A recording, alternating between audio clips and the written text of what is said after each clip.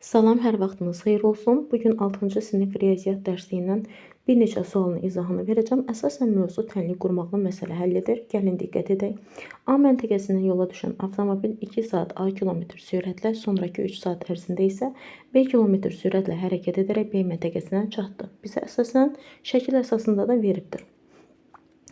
A və B məntəqələri arasındakı yolun uzunluğunu A və B ilə ifadə edin. Gəlin diqqət edək.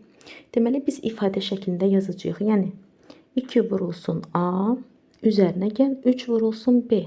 Bu bizim ifadəmizdir. İfadə şəklində əgər qeyd ediriksə, bu bizim birinci şərtimizi ödəyir.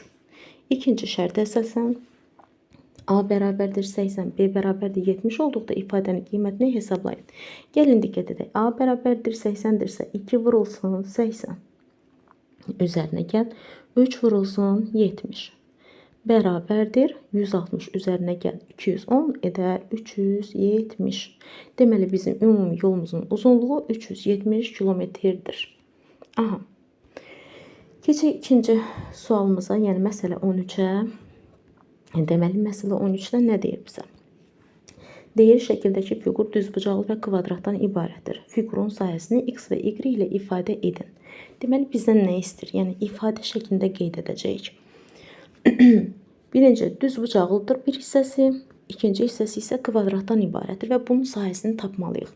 Bizə verilənlər isə 6, y və x-dir. Yəni birinci düzbucaqlının sahəsini tapmış olsaq, 6 vurulsun y olar, üzərinə gəl, x-in kvadratı. Niyə x-in kvadratı? Çünki bizə verilən fiqur, yəni müstəvi fiqur kvadratdır və biz bilirik ki, kvadratın bütün tərəfləri bir-birinə bərabərdir və onun sahəsini taparkən isə həmin verilən ədədin, yəni kvadratı veriləcək bizə.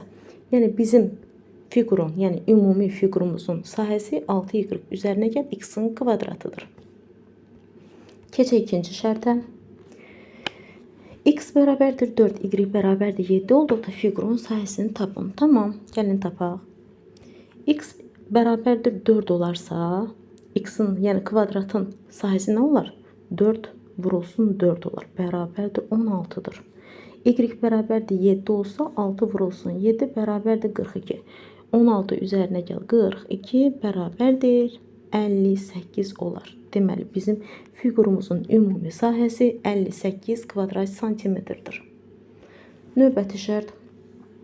X bərabərdir 5 olsa, y-in hansı qiymətində fiqurun sahəsi 85 kvadrat santimetr olar? Gəlin diqqət edək. X-a verək 5-i. X 5-dirsə əgər, deməli kvadratın sahəsi nə olar? 5 vurulsun 5 olar. O da bərabərdir 25. Bizə ümumi sahəni 85 verib. 85-dən 25 çıxanda neçə eləyər? 60. Deməli, bu bizim düzbucaqlımızın sahəsi 60-dır. Əgər sahə 60-dırsa, n də 6-dırsa, bizim düzbucaqlının uzunluğu nə olar? 60 bölünsün 6 bərabərdir 10 olar. Deməli, bizim y-imiz bərabərdir 10-a.